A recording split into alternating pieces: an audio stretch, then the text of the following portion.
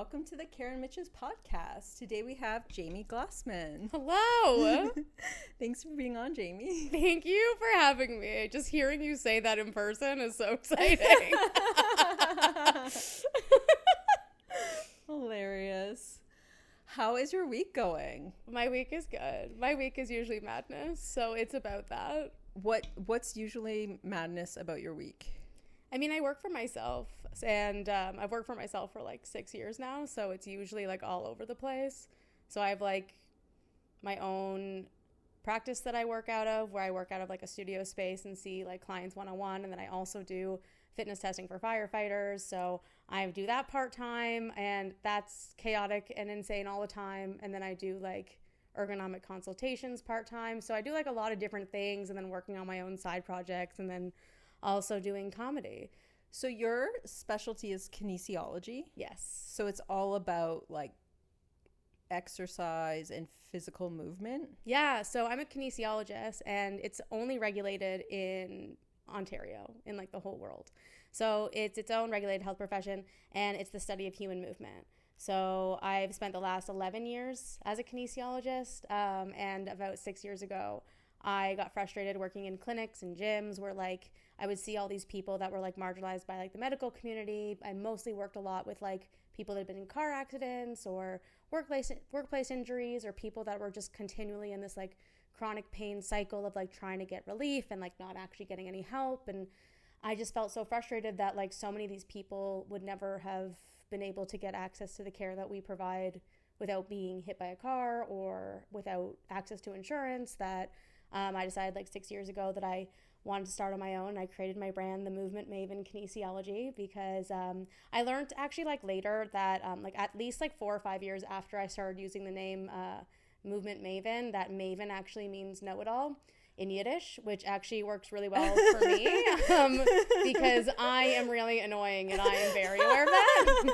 So anyone that listens to this and is just like, oh, she knows, okay, cool, like I'm very aware, it's fine. I'm just very enthusiastic and excited, but it also translates well to I want to help people feel like a master of like their own bodies and their own independence and being able to use exercise as medicine. So it's fun. I love that. I feel like I mean, I don't have a lot of like heavy duty physical problems, but I have had a bit of like most people, I started having back problems in my 30s, and like my massage therapist helped me a lot, like through massage, but also through like stretching me and like teaching me how to stretch properly and like making me more aware of like how my body works. Absolutely. Like a lot of it really comes down to like understanding how your body works and like how and why you need to move. Like we all know that like exercise is good for us. We all know like the reasons why we should exercise, and there's all this like stigma around like weight and exercise and about like our health and exercise, and everyone keeps fighting against these two things. Like, should we be exercising to lose weight or should we be exercising for our health? But really it's not about why, it's like what actually motivates us to do it. Like, what do we love doing? Why are we doing it? So we can move better, so we can like live a better life. And it's so frustrating because I've lived in a bigger body for most of my life that I find it's been so heavy, and that's a lot of why I do what I do, because I want to really resonate with people and really feel like help people feel like someone actually understands like they're struggling, what they're going through, that it is hard. Like exercise fucking sucks. It sucks in so many ways, like especially if like you've never engaged in it before, you've never found it like something that really feels sustainable for you. You don't really feel comfortable in like traditional fitness culture. You find that like you've had an injury or like you've been in sports and like you no longer trust your body anymore. It's really frustrating, and especially as we age, it gets harder and harder to like know how to like navigate our lives, because we're the ones that are in charge of our lives, and that's also sucks too. So how do we make it fun? And I just like happen to have this like ridiculous personality that just like I call it wearing people down emotionally, and my patients super hate it, and all my friends, like a lot of my friends right now are like, a lot of them were just like, I hated you when I met you, and you told me you're like you're gonna wear me down, and then you did, and it sucks and I hate it, but you did it. And I'm like, yeah, I know. I knew it would happen. It's fine.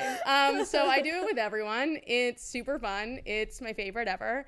And it's not, I don't do it for the reason to like for a nefarious reason or to like as a challenge. It's like I just genuinely want to know people so badly. And I realize that I get really intense about it. I don't know if you're aware of that. I did that to you 1,000 times. It's fine.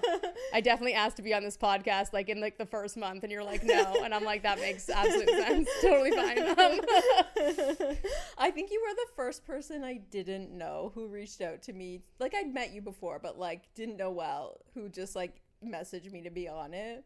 And then, yeah, you were hilarious though. Really? Why? You're just like persistence and like joy for my podcast was like hilarious. It's not like I have like a big following and I'm really famous, so it was like fun to have like at least one person who was like, your podcast is amazing. Oh my god, I'm such a fan. First of all, for those of you that are going to listen to this whole episode, because every single episode that I've listened to, I've gone to that person individually and I've just been like, your episode was great. I really liked it because I learned something from everybody's episode. Like, even if it's just like a little bit more about them and just humanizing individuals that you just like see that are either like really serious at an open mic and then like do their bits and then like leave, you know? Like, yeah. I'm like, but like, do you want to be my friend? Like, that would be really cool, you know? But it's really exciting to do this also as a fan because I got really excited about listening to your podcast because like I've made some like health changes for myself too, and I've started like running and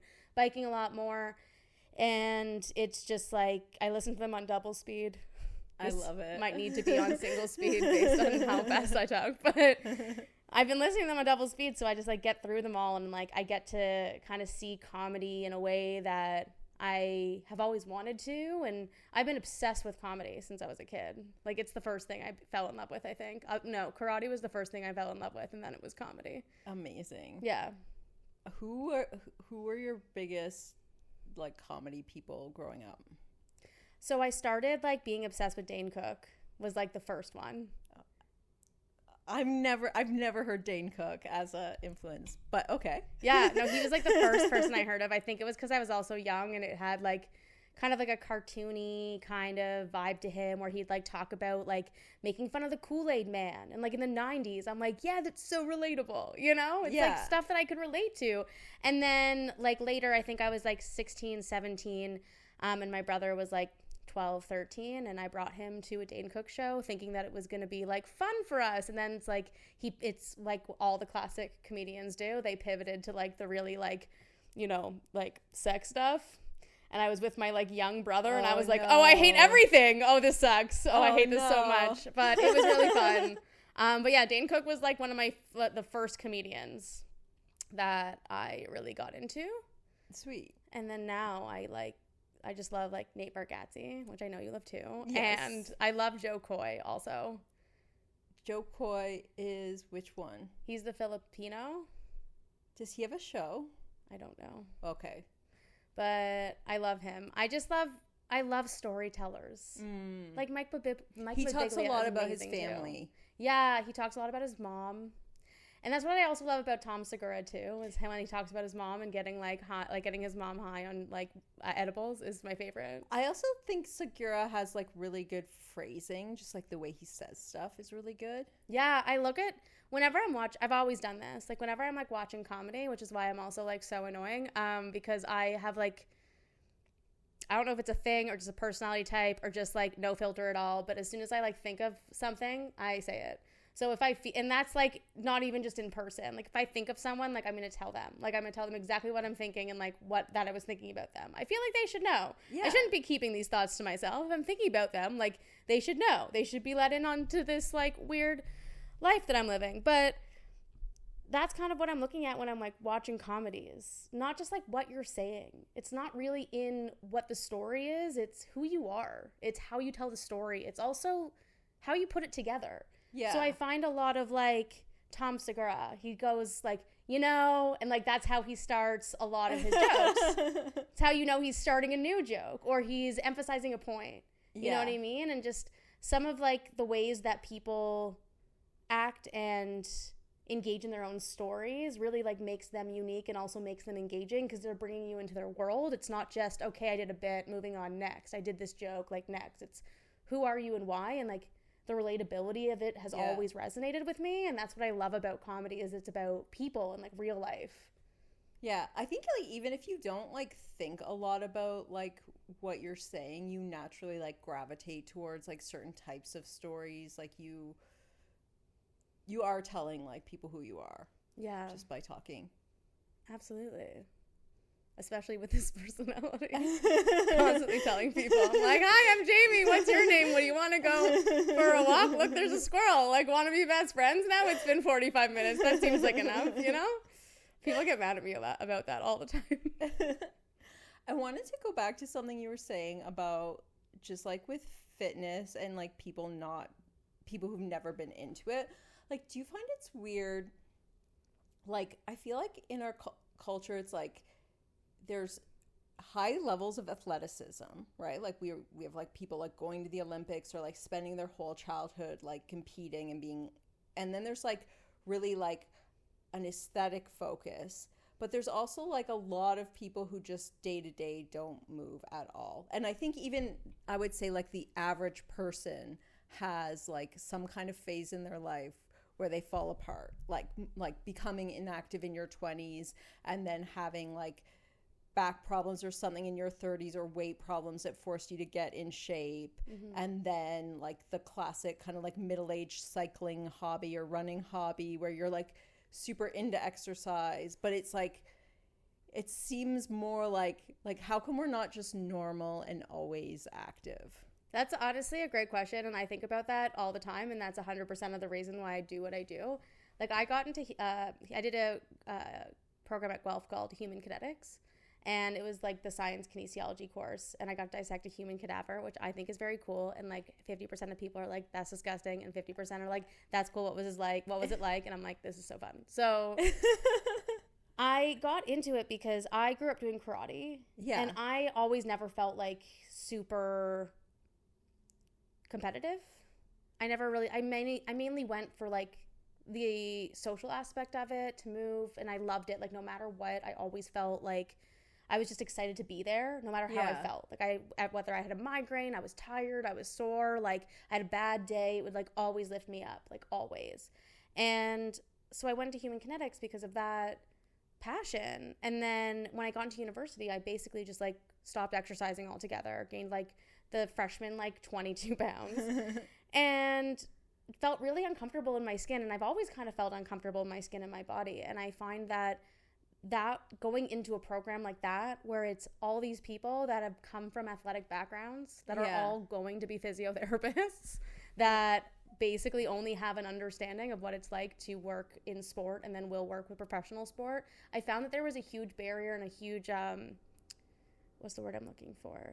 There was a gap in care for people that are actually relatable to general population everyone people. wants to work for like a sports team. Yeah, and everybody that I went to school with, a lot of them were already so athletic that they never knew what it was like to not want to, not be able to, not like have that, like it wasn't even a choice for them at a certain like, point. what do you mean you don't wake up at 5 a.m. and go for a run? Yeah, I'm like, rather kill myself. Like, it's fine. Like, I just don't want to, I don't feel that drive all the time. Yeah. And I find it's always been hard. And as I've said it, like, exercise can suck, especially when you don't know what, like, you don't feel comfortable in your body, you don't know where you can go. There's so many barriers when you're not feeling comfortable in your body. Yeah. You don't feel comfortable going to a gym or going to a fitness class. You're paying money like $25-$30 to go to a class, and you want to get the most out of it, which means doing the highest level, but you can't, and then you just feel bad about yourself. Or you go to a gym and you just like feel lost, or you feel like you're not getting that value right away. And I think a lot of it is about that instant gratification of feeling like you're going to see the progress, but really, like, exercise is about, or health in general is about consistency, and you don't see the progress of that until later in life. And you also don't see the consequences of that until later in life. And that's the hard and scary part. And I think it makes it easier to figure out where to start and what to do when you have people that you can relate to and be at the same level as, to engage in things you love to do.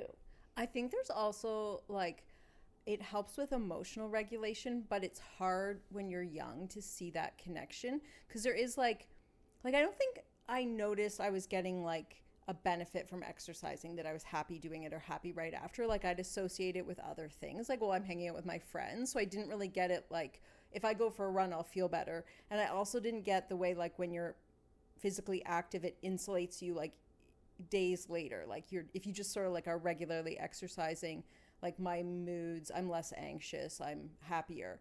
But I couldn't see that like cause and effect until I was pretty old. Like, so when I was struggling with anxiety in my 20s, like people, like I never worked out to deal with it. Like if I was working out, it was because I was trying to like lose weight.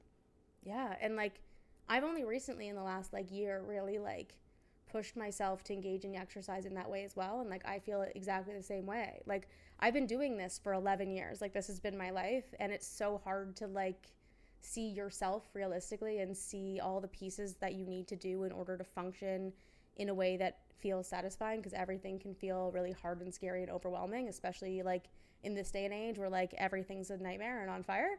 So I've recently like even just like started, like as I said, started running, like started biking more, like subtle brag, like whatever, I'm better than you, it's cool. But like just to prove that I'm like amazing, you know, like I'm better, so like you should be jealous and feel bad about yourself. No, I'm kidding. But I've recently started doing it, and I realized that like my motivation has been just to like disrupt how I feel. Yeah. And a lot of people talk about stress laxing as like a concept that is a verb now, or a like descriptor. It's a thing now. Stress laxing? Yeah, where you're just like sitting and like on your phone and just stressed and like not actually relaxing, but like you're not doing anything. It's like your time to relax, but you're stressing yourself out. Exactly. I'm like scrolling on Instagram or like playing stupid games on my phone. Like the best thing for my like mental health was deleting all the games off my phone. I only play solitaire now. Solitaire is an amazing game. It's the best game ever. I use the Google version because I refuse to even download an app anymore for it because I'm 1,000. It's fine.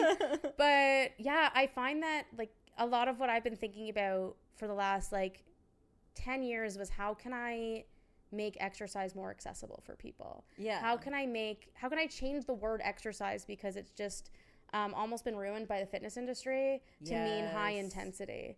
And it's not activity anymore. Even like a lot of people, like, because I really like yoga, and people will just tell me like they don't want to do yoga because they see it as like a dance class. Not even like a dance, like they see it as like something for people who are flexible and in shape.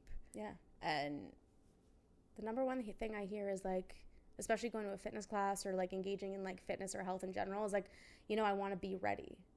And I'm like, how are you going to get ready if you don't start?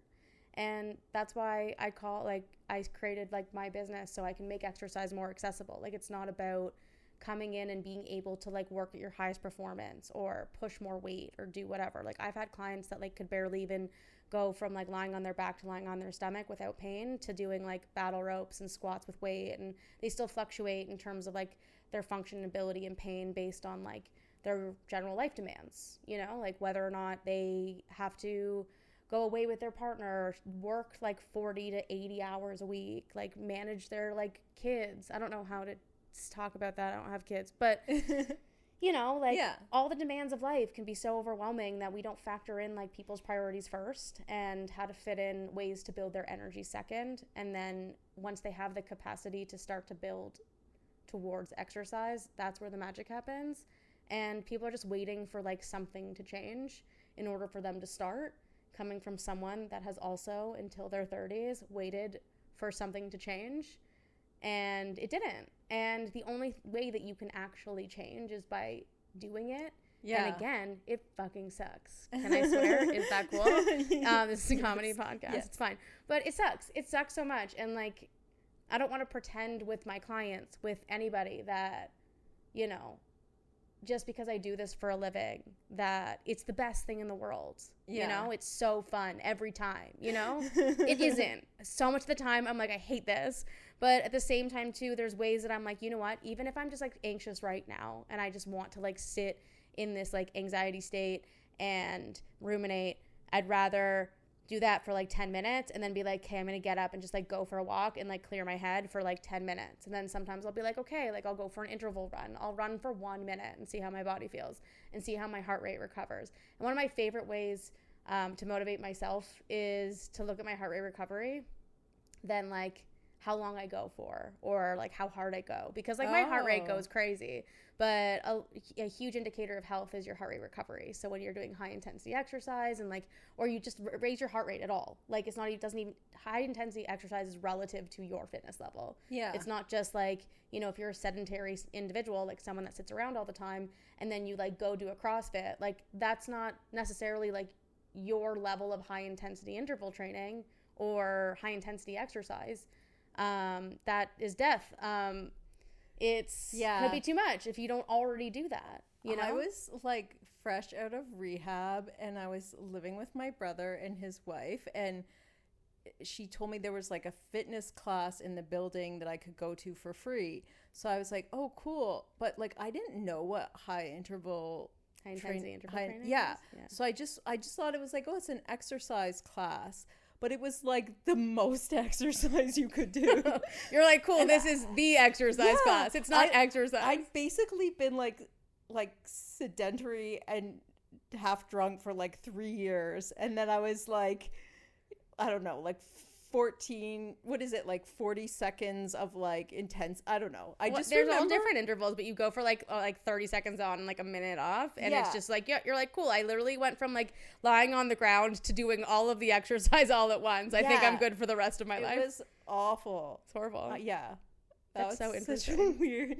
But yeah, I think if you're out of shape, you can like, it's a lot just to like to go for a walk or go up a flight of stairs. So you can just do small things, and if it's more for you. But what were you saying with like watching your heart rate recovery? Yeah, so an indicator of like kind of how your body recovers and how your heart health is seeing how fast your heart comes down, like your heart rate comes down. So I'll do like interval training. So first of all, like I'm doing mainly like 3 minutes on, 1 minute off for running, and 5 minutes on, 2 minutes off. And like, I'm so competitive with myself, but I also don't have like the physical ability to be as competitive as like I am with myself. So like my brain always wins. So it's really annoying. So I have to calm myself down and be like, cool. Like I can't go to fitness classes because I want to show off. And that's why I run now to and from the comedy clubs, because I'm like, I'm here, I'm better, it's fine. But like also like it's somewhere to go and somewhere to like see that I'm doing it. You know? But I'm really competitive in that way, and that ends up hurting me sometimes when I'm like pushing myself for too much and too long, where now I know I can run 3K, but my heart rate is so elevated the whole time that my body's just like, oh, you're stressed out. Especially when we're talking about exercise. Exercise is stress.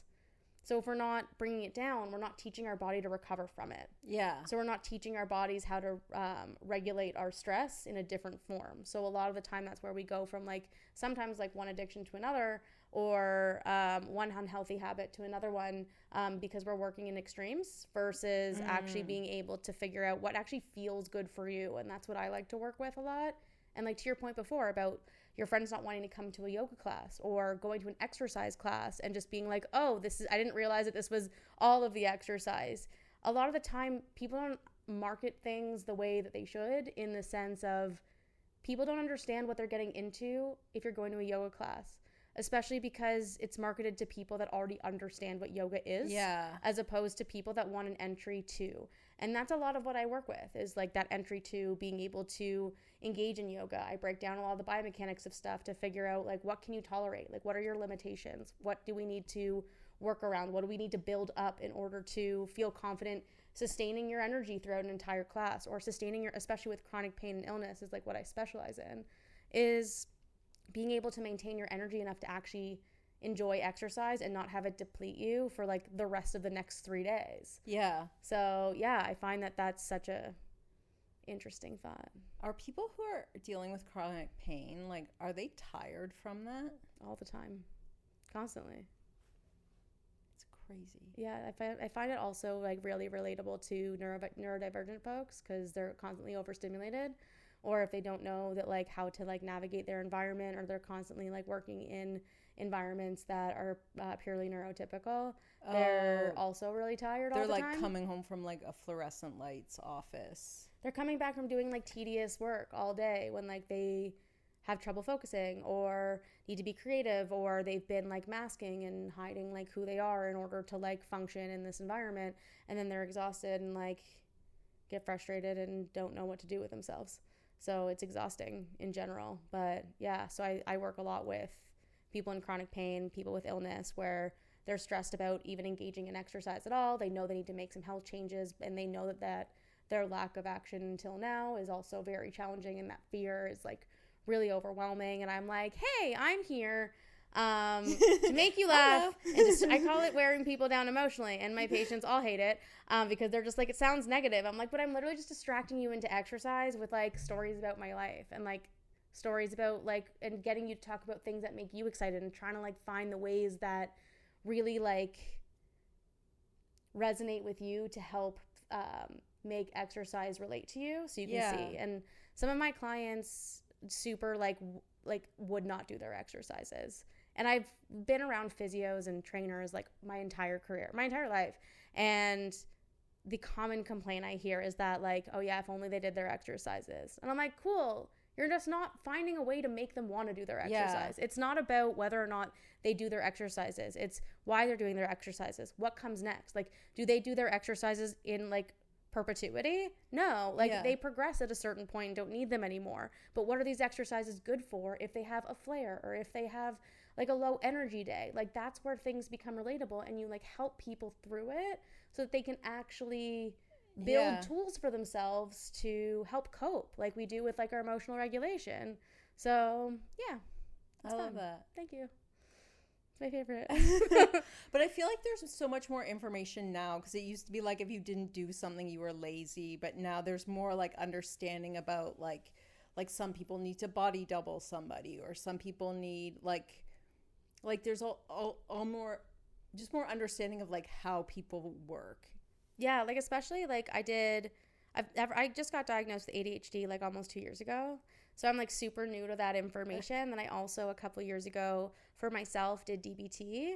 And just because like I struggled with emotional regulation. Which is dialectical and behavioral therapy? Yeah, it's dialectic behavioral therapy. And it was really helpful for me to like really kind of see myself more realistically, because I used to like get stressed out about being judged and feeling this pressure and feeling shame and all of these feelings that just like felt and like that literally kept me paralyzed. But and DBT isn't specific to ADHD, right? No, DBT is specific. It was actually, I think it's for BPD, but it's helpful for anybody that just like has issues with emotional regulation, which is I had high anxiety at the time, and it also can be really helpful for people with ADHD, because people with ADHD typically struggle with emotional regulation.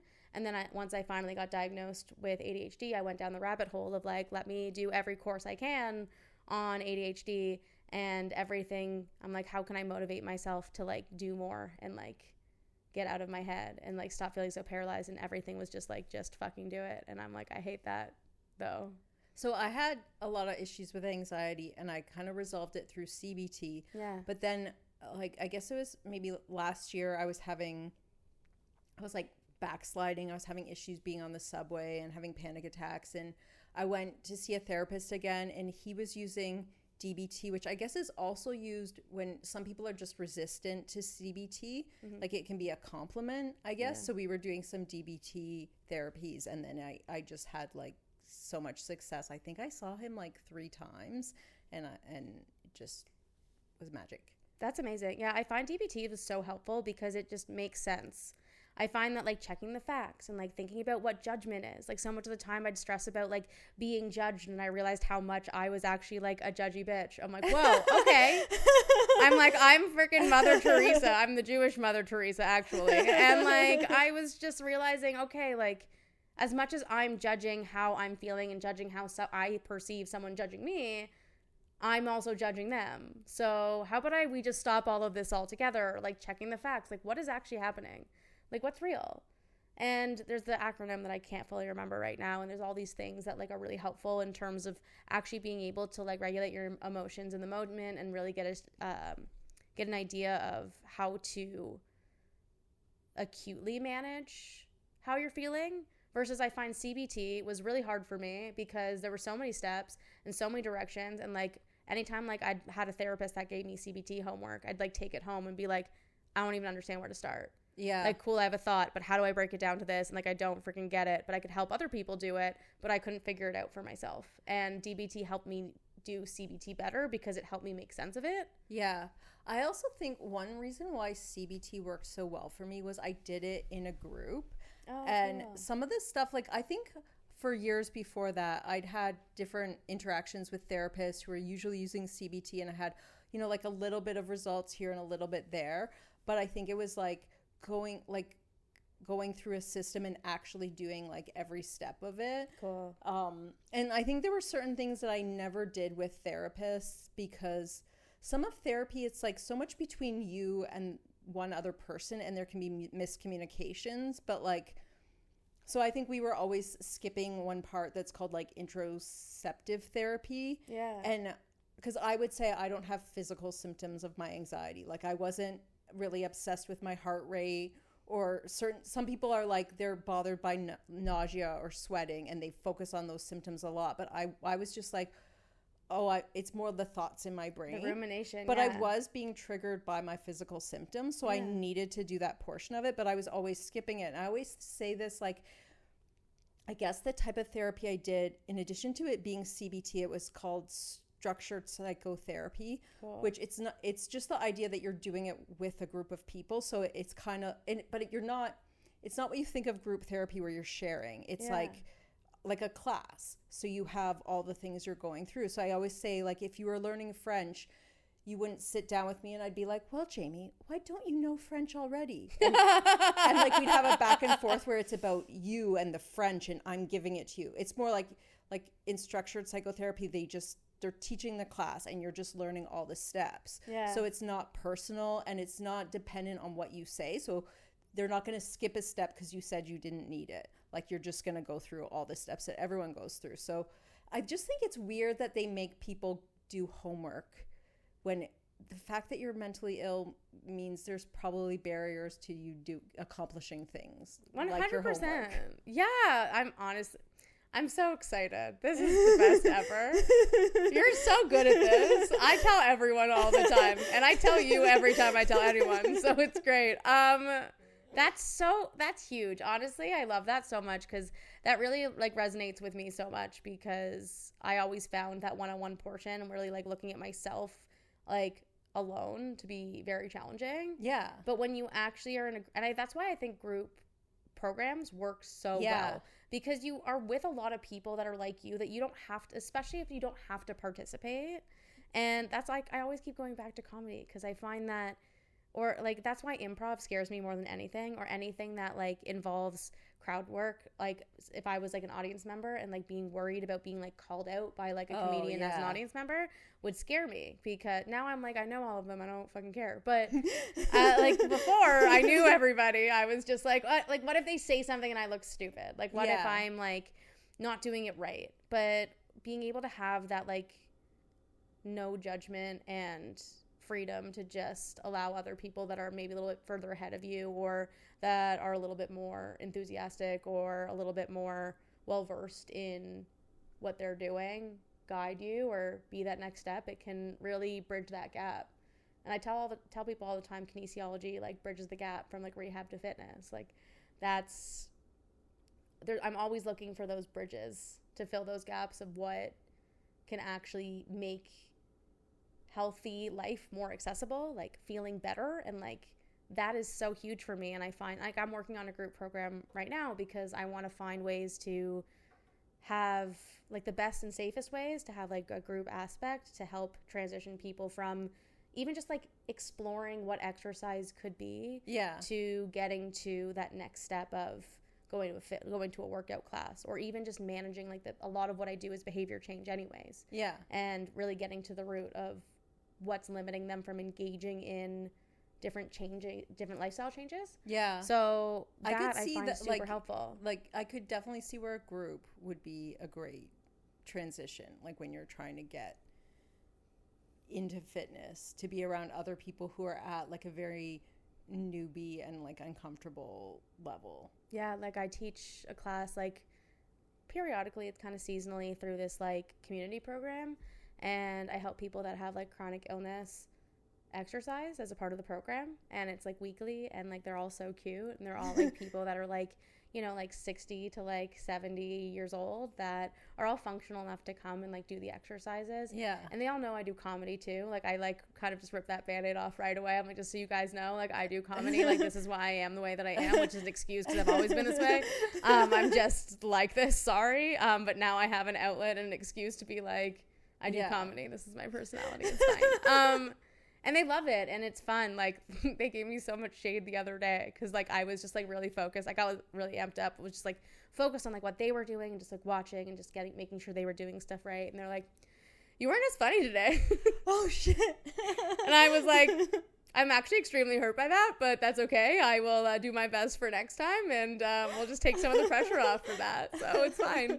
But it was just really funny. But yeah, I've been starting to say that a lot just as a joke, but also just honestly feels healing that's actually extremely hurtful instead of like, oh, it's okay. And I find that things that like I used to brush off used to like make me feel small. And now I'm just like, you know what, if I can just say that and be like, that's hurtful and just see someone's reaction, but also be playful about it so that I'm not like mad at them or make it about like, you know, we're enemies now. It can be it's so cathartic. Yeah. So it's fun. I love that. When you did your first stand-up set, what was that like? Like, how did you prepare for it? So I did a class at the Comedy Bar. So I didn't do like my first like set until like I think 2 months after I started doing the class. So I took the class with Dan Gallia. Oh. Do you know who that is? Yes. So he's the best person in the world. Because he and I were producing at the same place, so we got to be friends, and I did a show once. Yeah. So Dan is the sweetest man. Like, we should all protect Dan at all costs, is how I feel. He is a really positive and, like, fun person. He just wants to, like, elevate people. And he is just so creative and so smart and just so kind. And I just think he's the best. And so I did his class, and he just made it such a fun experience for everyone there. And there was a lot of people that were like really nervous. Like, I've been doing karaoke by myself for 15 years. So I have like no issue like going up and talking to a microphone in front of a group of strangers. Like, that's fine. But I feel like, so you already had a little like, you knew how to talk to the crowd a little bit. Yeah. Like, I tried out for Canadian Idol when I was 17. So, like, I'm obviously a big deal. It's fine. I never got on TV because I, like, fucked it up immediately. But oh, no. Feeling Good became, like, my swan song where I, like, kept fucking it up and, like, getting the yips every time I went to sing it. So that's part of why I used to go to karaoke by myself is because I'd be, like, working through songs. And I just, like, love to sing. And especially because, like, I didn't want to really embarrass myself in front of people I knew. And I just wanted to, like, play around with it. So in university, I used to go by myself all the time, and it was the best. Is getting the yips, is that choking? Yeah. It's like a sports reference. It's like one of the 3 sports references I know, which is confusing because I'm a kinesiologist. But yeah. I reference baseball way more than I should, having like no experience with baseball. I played 1 season of softball, and people are just like, are you sure you're not a lesbian? I'm like, yeah, I know. It's insane. I don't like watching sports because I have trouble like paying attention. They're so long. But my dad is a huge sports fan, so I know a lot of sports stories. Yeah. So I'll be like talking to someone, and I'll be like, it's like the 5-minute mile, or like I'll bring shit up, and then people are like, oh, you're a sports fan. I'm like, I don't know any of the sports. You're like, I'm just trying to fit in. Like, I don't know the rules to soccer, but I honestly don't either. I know that you kick a ball and you try to hit it into the goal, and like Ted Lasso kind of made it fun, and that was it. Oh my God, I loved that show. Ted Lasso is so good. That's the other thing. I guess a lot of people who aren't into sports at all watch sports movies. Yeah. So there's like a kind of, we know sports stories. Oh yeah. Even if we don't. Everything I know about football is from The League. Oh my God, you watched The League? So many times have I watched The League. I loved that show. It's so good. And I feel like people don't know it. Okay, first of all, the last season really fell apart. So, like, don't watch that. But, like, the rest of the season, like, the rest of the it's so good. And it's like an not improvised, but they would, like, know where the scene is going, but they would let the cast, like, fuck around. I did not know that. I thought it was fully scripted, but also, like, that makes sense. Yeah. But it's so good. I love sitcoms so much. Like, I loved like comedy TV shows and more than anything. That one's crazy because it's fantasy football. Yeah, it's all fantasy football. I don't know the rules to football or fantasy football, but I watched, I guess, 7 seasons of a show about fantasy football. All my favorite athletes are people that I've learned about from like my favorite athlete is Kareem Abdul-Jabbar, and like the only reason I know who he is because of the movie Airplane. It's one of my favorite movies of all time. I love it. It's so stupid and good. I love it. And literally every time I'll drink water or like to have a drink and I spill on myself, which happens every time I go to drink anything, I'm like, oh, I have a drinking problem all the time. And no one like understands, and I'm just like, wait. Like I don't say it with conviction, so people are just like, why are you mumbling? What's happening? And I'm like, I'm sorry. I'm just gonna go. That's fine.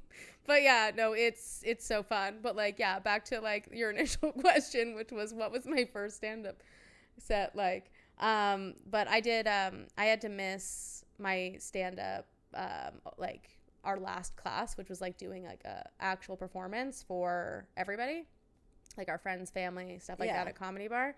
So Dan put me on a show at Smith House at the time, and I got to perform with like Chris Locke and like a bunch of like really cool, and Scott Thompson, and my first show, and over 50 of my friends and family came. Holy shit. So so that was really fun, especially because Dan's such a good marketer that he was like using Instagram ads. So like even my own friends who would like, because they would follow me, would get like ads all the time of just my face. They're just like, I know her. So like a bunch of people I didn't even know were coming came. So it was like 50 of my friends and family, and that was really fun. And like my sister's come a bunch of times, which is nice because I do some jokes at her expense and she's okay with that.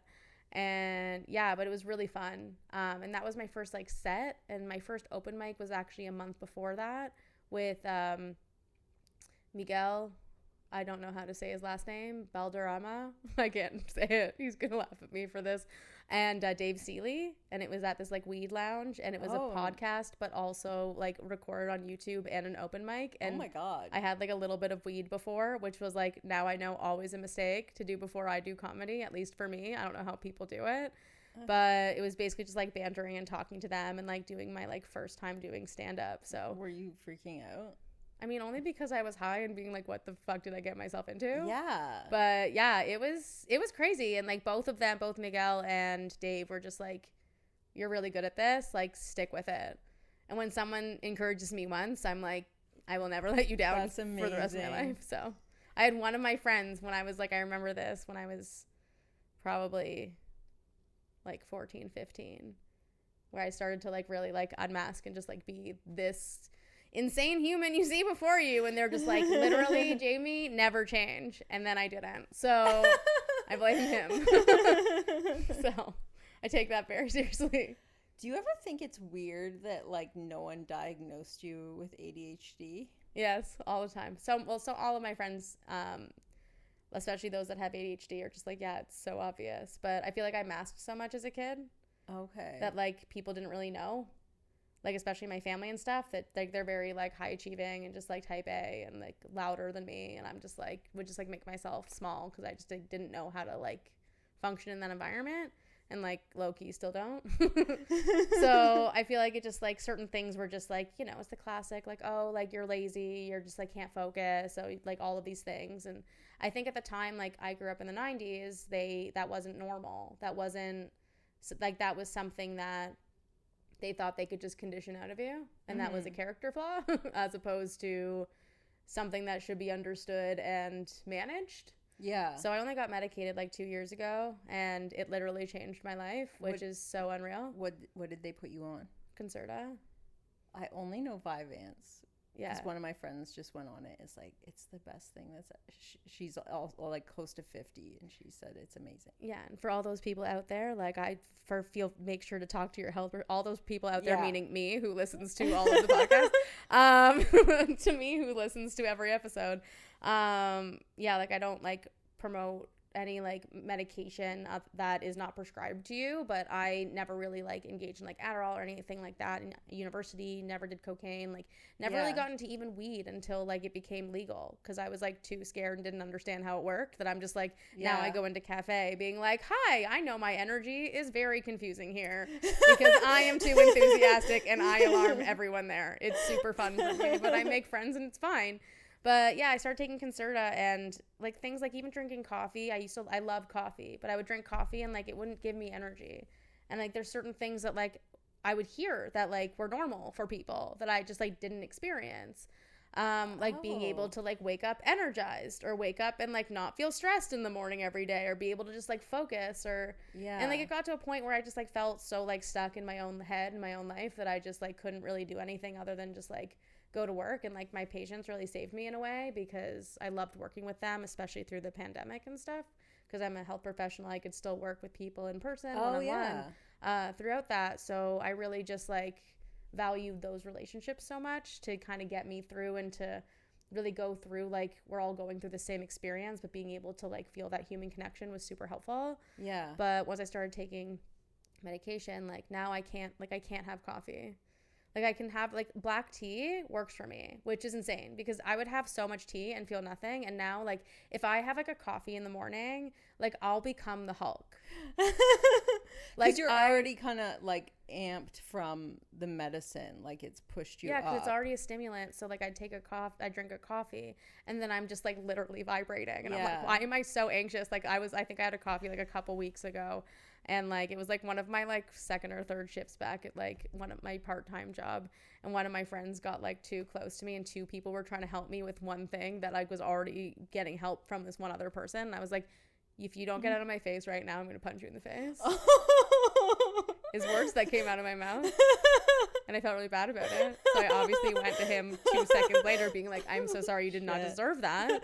And he's like, honestly, I did. I was really in your face. And I was just like, okay, cool. Like, I feel very validated right now. I feel like this is a safe space. I'm not fired. That's cool. Go team. So there's a lot of tolerance now, which is nice. Yeah, that was really fun though. I just like that there's so many ways to describe things. Like, even just from having friends diagnosed with ADHD, it's like, I think even if you don't have ADHD, everyone has like executive functioning has like 7 different components, right? And it's like we never talked about that. Like how, like my friend was telling me from this book, like there's planning, there's organization, there's goal-oriented persistence, there's like all these different factors. So even if you're not like disordered in that, you had to learn how to do those different things, and you may be stronger or weaker in others. So it's like a way to think about how you function that's more detailed than like before, when we just couldn't really like talk about it at all. Yeah, because we all had to just like do it and shut up and just get shit done and figure it out. Yeah. And now we have like so much time for our feelings, so we think about them. Yeah. But I feel like when I was young, like no one could tell you like how to cope with a feeling. They'd be like, just don't think about it. Like if you were like suffering with something, like even just like your sweater's itchy, people would be like, just shut up about it or something. Oh, that's like such a huge thing for me. Like they're like, oh my God, tags? Fucking no, I can't. Like I lost my shit like biking here because like there were just like people in my way, and like the second I see anything, I'm like, no, and I just like yell at them. That's also how I snowboard as well. Like I missed my like graduation comedy show because I was in BC snowboarding, and people are just like, oh, that's so cool. I'm like, not how I do it actually. With the amount of fear in me, like literally like yelling and threatening children is like super it's not cool, I don't think, but it's fine. But yeah, no, that's so true. I find that's a lot of what I learned also through DBT is a distress tolerance, like how to build your tolerance to distress and be able to handle that. And we don't learn what emotions are I actually was like thinking about this on the bike ride here. I'm just like, I feel like a lot of the time I don't know how to feel my emotions properly. Like I feel like I don't know if anyone else can relate to this. I don't know if you can relate to this, but I feel like there was always this expectation that like you were either like happy or like go to the closet. Yeah. Like you shouldn't be out with your like, you're not okay for public right now. Yeah. And I find that I have a lot of like clients or like newer parents are really helping their kids explore their emotions. And I'm really inspired by that because when I get angry or frustrated, I feel like the way I react has always been condemned. Yes. So it makes me feel embarrassed about reacting that way. And I get frustrated a lot, like from the moment I wake up until the moment I go to sleep, I'm frustrated by things, especially when I have coffee and I am the Hulk. It's truly frustrating. But at the same time, I'm learning like a little bit on just like how to navigate those feelings and not to just like sit and dwell in them, but it's okay to have them. And everything feels like a contradiction. And I'm always confused. Okay, so I had this moment when I was like sober and I'd done my anxiety treatment, and then I was like finding I was a bit angry, and I did like a few sessions of like anger management. Yeah. And that was like the first time I ever learned of like sitting with a feeling and that it would resolve itself, because my whole life it was sort of like, okay, if you're sad, like the way I would not be sad is I would just convince myself like, well, you shouldn't be sad because of this, like you should be happy because of this. So it was like reasoning with myself so the emotion would change. Yeah. Whereas like you can actually just be like, I have a legitimate reason to be sad and I'm just going to be sad, and then sit with it, and then like the sadness goes away. And like the whole thing with like anger management, a big part of it is just like feeling the anger, but then like looking for the emotions under it, which is always some version of sadness or fear, and then spending time with that emotion. And you might offer like compassion to the emotion, but like you're not supposed to like resolve it intellectually. So like I might be mad because like I was walking down the street and a car like came quickly and I got scared. So then I'm angry, but under the anger there's fear. And like I don't have to rationalize it like you shouldn't be scared because that car didn't actually hit you. It'd be like, you're allowed to totally be scared, like that was a scary thing that happened. And then you're allowed to just feel how scary it is that you could lose your life, and then by sitting with it, it dissipates. And I was like, I never knew you were supposed to feel your feelings. And then it seemed like crazy that I didn't know that. Yeah, it seems so simple, but it's also so hard because when we feel so deeply, it's so easy to like intellectualize it. And I'm a big ruminator. Like I'll just sit and ruminate for hours. Now that I run, I don't. I just listen to your podcast only, and it's super helpful. I'm gonna start it again. I'm done, and now I gotta start again. But I find that's exactly. First of all, I think everyone should watch the like Cartoon Emotions movie. It's super helpful. Oh, what is it called? I don't remember, but we'll find out. But yeah, I forget. But I feel like that it simplifies it in a way that's like actually so helpful, and being able to get yourself to that point of actually being like, okay, instead of like, let's create all of these narratives in my head and like justify my how I feel right now, and like give myself this permission to like truly go crazy. I'm so good at making stuff up in my head. Wild. Like so good at it. I was thinking about that today. I was like, I'm overthinking all the time, constantly. But that's such a helpful tool, and I feel like that is something that so many people like don't get, is understanding like what the tools are, and that when the tools are simple, it's easy to apply them in a lot of different ways. And when you understand what the tools are, it can actually be so much more helpful once you've practiced them. And practicing them is the hardest part, because again, it sucks. It's hard. It's so hard. Like especially making life changes. I want to bail every day, but I don't, because I know I have to prove to myself that I'm not a bailer, even though I'm such a bailer. Like, I'm such a bailer. I love bailing. I love bailing. Anytime I make plans with someone, I'm like, this is a mistake. That's why this is literally why I do things by myself. That's why I go to karaoke by myself. I'm like, I would just rather not deal with making a plan than like, I'll be like, what are you doing tonight? I'm going to karaoke. Come if you want. I'm staying for 1 hour. If you make me stay longer, I will hate you forever. Like, don't do this. I think actually it's one of the things I like about stand-up comedy is it's like you're going out all the time to do mics, but it's social, but it's non-committal. Like you go and there's people there and you know them. Yeah. But they're not like relying on you to get there, and you don't have to call them and be like, what time are we getting there at? And it's a whole commitment. It's just like, yeah, if I'm too tired after work, I just don't go. Yeah. But then I can just roll up. I can leave early, and it's, yeah. I love surprising people with my presence and like seeing how excited they are to see me. Like, I have people all the time that are just like, oh, like, are you going to this mic? Do you want to plan to go together? No, I don't, actually. No, I don't.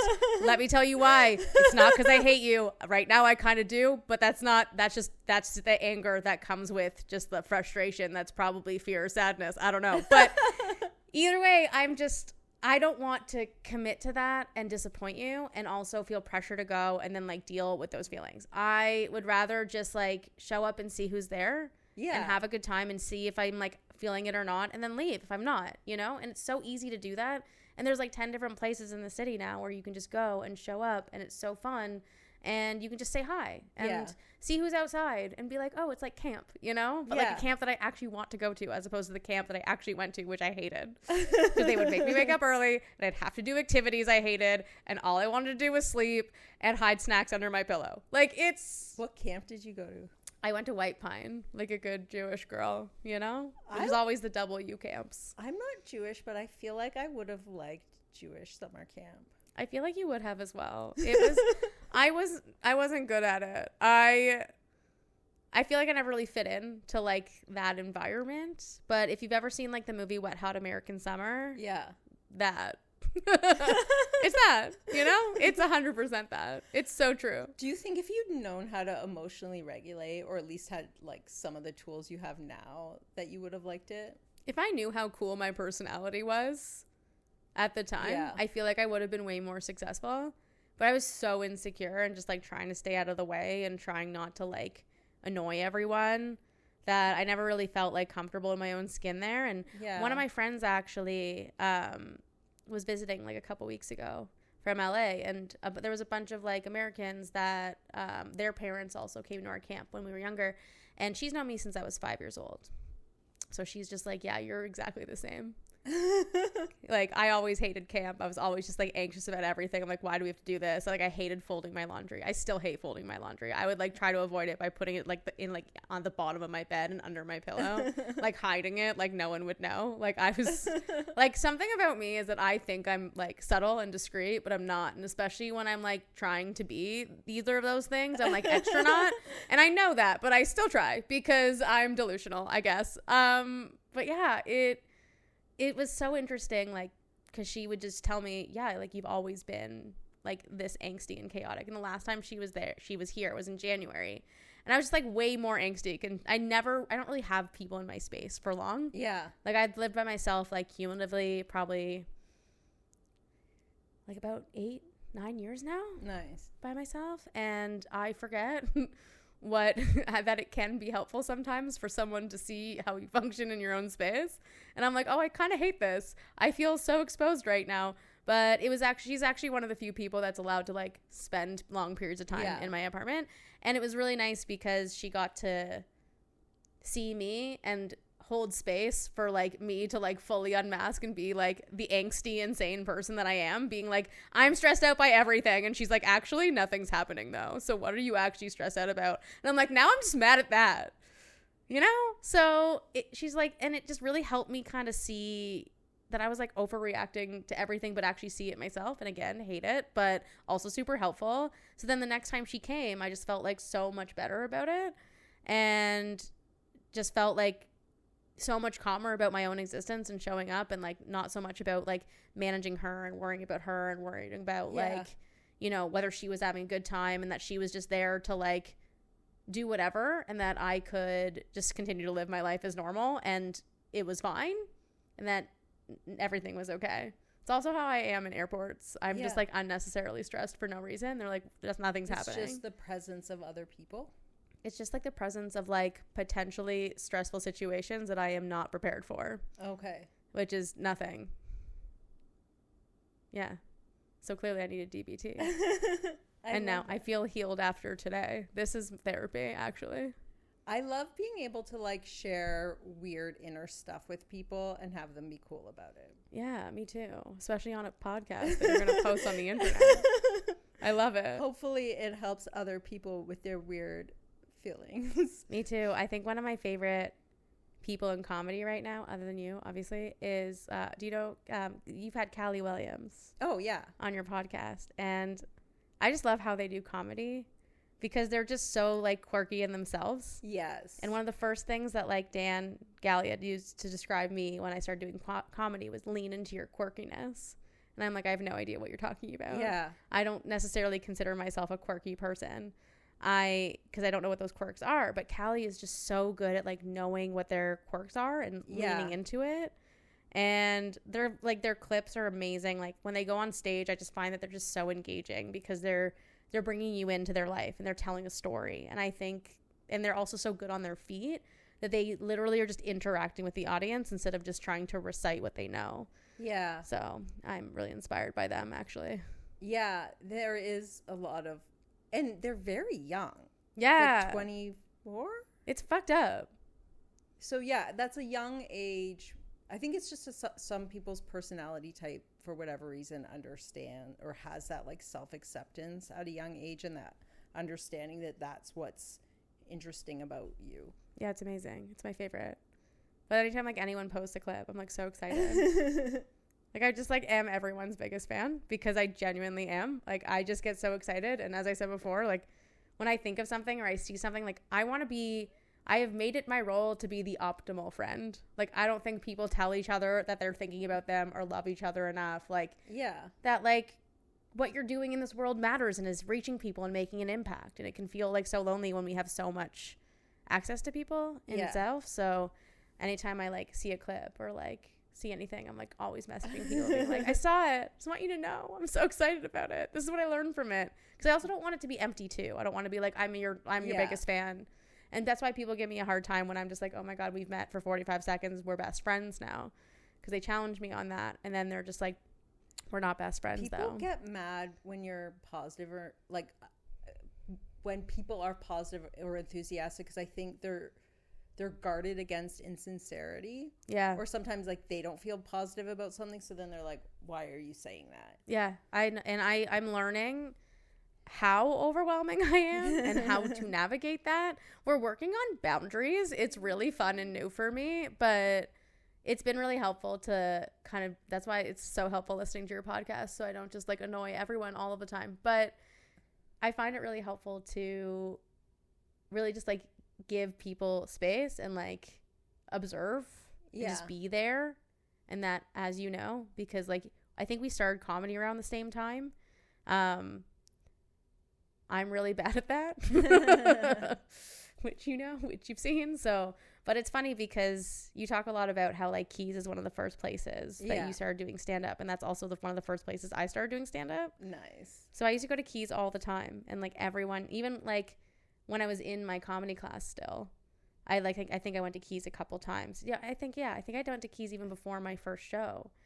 And I forgot about that. And I went and I was like talking to my class, and they were like talking about how I'd done a set at Keys, and they're just like, how was it? And I was like, it was fine. It's insane. And I can understand why it will be like intimidating for a lot of people, but it was so close to my house that I was just like, this is convenient. This is a 15-minute walk. But also I've also been in male dominant industries for like my entire career. So I'm just not nervous about going into a room full of men I've like, no one's listening to me. Like no one cares that I'm here. I also dress in sweatpants because for some reason it makes me feel like it's an invisibility cloak. I'm like, no one can see me with my like forest green like sweatpants set and like unwashed hair, and it's fine, you know. So there is that, like, it's like you could be in a positive and accepting environment, or you could be in an environment where everyone's too selfish to pay attention to you. Yeah, and I honestly find that you need that balance in order to get better at comedy. Yeah. Because if everyone's just like blowing smoke up your ass all the time, like how do you know how you're going to get better? But if you can really like sit in your own awkwardness and silences and really see like how different groups of people are reacting to you, it really can, once you can handle the rejection, and that's a huge thing for what I've learned about ADHD is that rejection sensitive dysphoria. I was like, oh, that's why it feels like I'm literally dying when I even perceive that I have any semblance of rejection whatsoever. Yeah. But I found comedy was really helpful for that because like I historically am very bad at taking feedback. Yeah. But this has been a really helpful way for me to act like I like crave it now. I'm like, like anytime anyone's like, can I like give you some feedback on your set? I'm like, yeah, that's awesome. You can just take it or not, and it's just their opinion. Do you find like you're getting to know yourself better through writing your stand-up? 100%. And by writing, I mean watching myself and then building on it, because like I only write things down because I like writing with my fountain pens, but like it doesn't actually make me better at like comedy. Like anytime I write it down, I'm like, this is so fucking stupid. But when I'm like talking and actually doing it, and like especially doing it like again and again, like you kind of figure out how to word things or how to feel more confident like getting on stage and starting it, and the transitions between jokes and how long jokes actually take and how much time you actually have. Like I had such bad timing before, and also was like a little bit slow with getting to the point or getting to the punchlines or punching up my jokes or what that even means. But literally just listening to my jokes back really helps so much for that. But I feel like that's the thing. I think I was like talking to you about this even before we started, about how I have been on a bunch of podcasts professionally and I refuse to listen to any of them. Like I have not listened to a single one. I have listened to 2 now. I'm very proud of myself. But ever since I started watching myself do comedy, I was like, oh, it actually doesn't feel as bad as I thought it was going to. Yeah. It actually makes me see the ways that I can be better, being like, oh, I did this. Okay, that moment's gone. That's fine. It's not sitting in the air. No one's judging me for it. Like, they only know what they saw. They don't know how good I could be. So I just can get better. And as I get better, people are more amazed by me, obviously, which is exciting. So, yeah. But, like, it's nice because I feel like as I get better, people also can see that, which is cool. Yeah. Which is the opposite when I go to karaoke, because, like, I know I can sing and I love to sing. And then my friends are like, that's enough, Adele. Stop doing the entire album to Wicked. That's enough. Like, we can only hear you do Defying Gravity 1,000 times. Once was enough. Like, you know? So it's nice to have that option to watch yourself and really help yourself grow, and to do those. The only way to learn is to do it. Yeah. And it pushed me. It actually changed my life because it pushed me in a way that I didn't expect. And it gave me a community of people that I didn't realize that I needed. And I was always looking for like that community and like exercise and fitness and rehab. And I never really found it because I never really resonated with a lot of the spaces that already existed and the people that were running them. Yeah. And no shade to them at all. But I find that like that just didn't relate to me. And then I found comedy and I was like, oh, these are my people. Yes. Oh, am I also mentally ill? Okay. Good to know. Noted. Let's maybe go to the doctor. No, I'm kidding. I got diagnosed with ADHD before I started comedy. I was like, my people. But it actually really just like helped me feel like I could just be myself, and that there were so many other people there that were either like me or were a good balance to me. Yeah. That you just like find your friends, find your people, and it just feels like going back to school, where like you come back on like the first day of school and everyone's like, hey, except I never felt that way at school, and now I feel that way with comedy. So it's just everything that I've like wanted to feel. That's amazing. I'm really happy for you. Thank you. And I'm really glad that you were on. And is there anything that we are going to plug for you? I will plug the Movement Maven Kinesiology for all of your chronic pain and illness needs. The Movement Maven Kinesiology, which is your my kinesiology business, practice. Yeah. Amazing. Yeah. Thanks for having me. Sorry, and what are your names on social media? Jaime, Jaime .unhinged. Most people spell my name wrong, so gotta do the I before the M. And then my professional account's The Movement Maven. So, yeah. Amazing. Yeah. Thank you so much, Jamie. Thanks for having me.